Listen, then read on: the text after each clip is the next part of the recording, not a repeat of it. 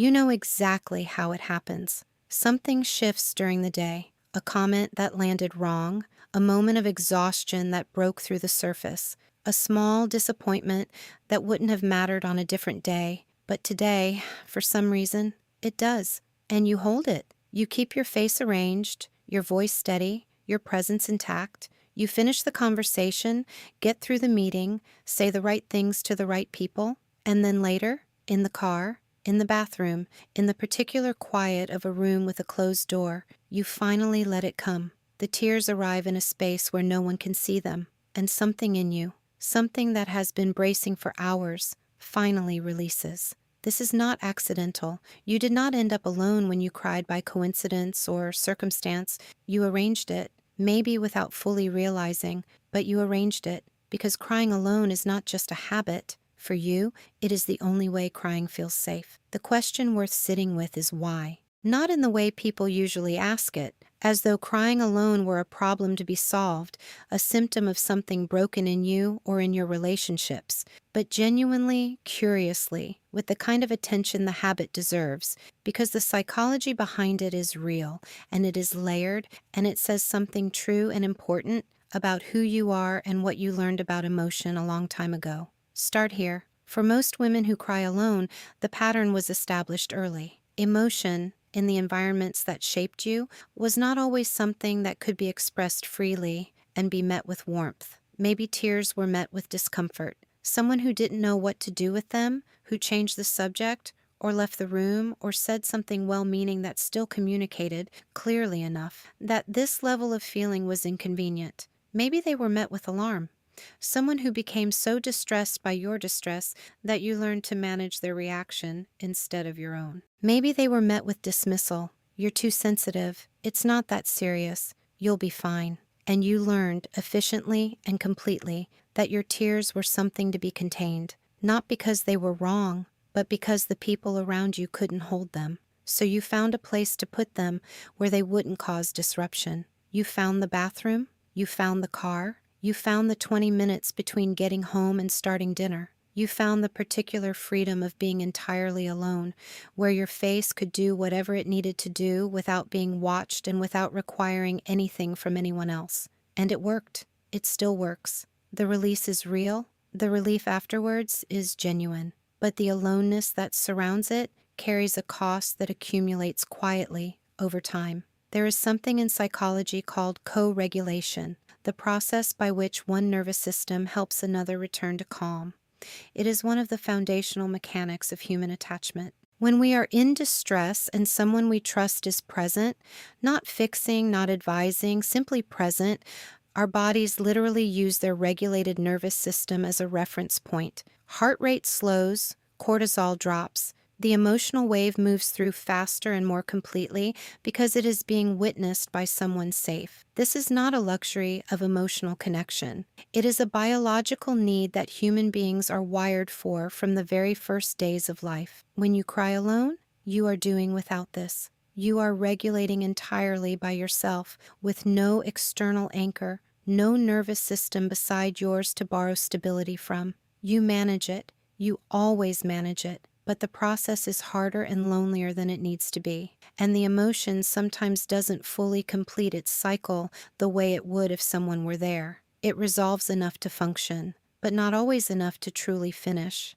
And yet the aloneness itself is not simply a deprivation. There is something you get from crying alone that crying in front of others has never reliably provided: full permission. When you are alone, no one needs reassurance that you are okay. No one looks at you with an expression that requires management.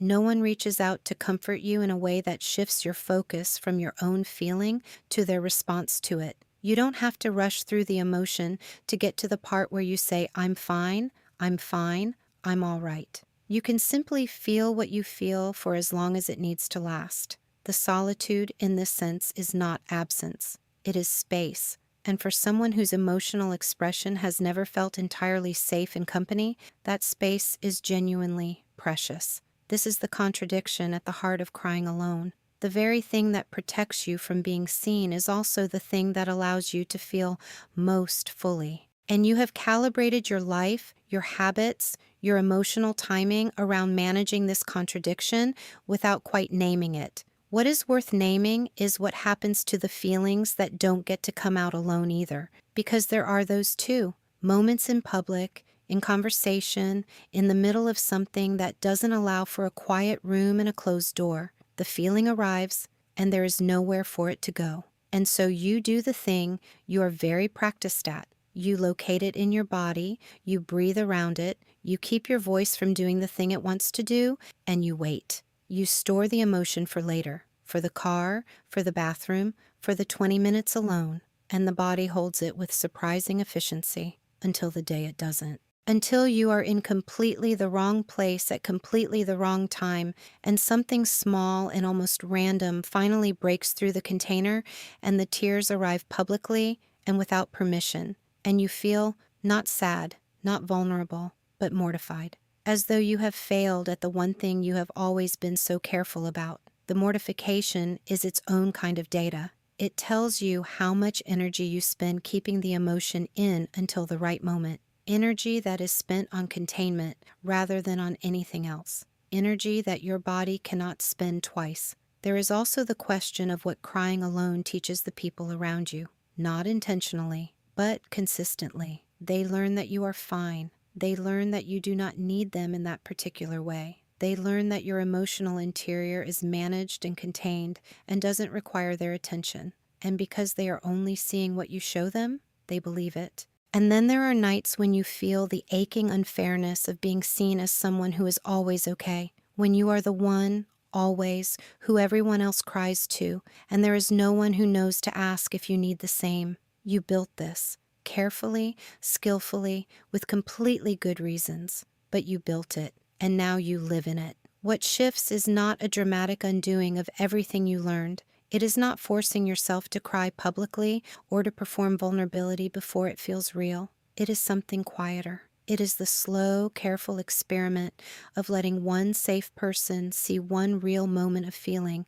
and discovering that the world does not end, that they do not panic or leave or look at you differently in the way you always feared, that being witnessed in your sadness does not diminish you, that sometimes, not always, but sometimes, someone else's presence in that moment gives the feeling somewhere to land that your own solitude, for all its value, simply cannot. You have been the witness for so many people. You have held space for tears that weren't yours, for pain that had nothing to do with you, for the emotional weight of people who never once wondered whether you needed the same. And you did it willingly, generously, because it came naturally to you and because it was easier than asking to be held yourself. But the tears you cry alone are not proof that you are self-sufficient enough not to need anyone. They are proof that you have not yet fully believed that someone could handle you the way you have always handled everyone else. You deserve to find out whether that is true, not all at once, not loudly, but in the quiet way you do everything,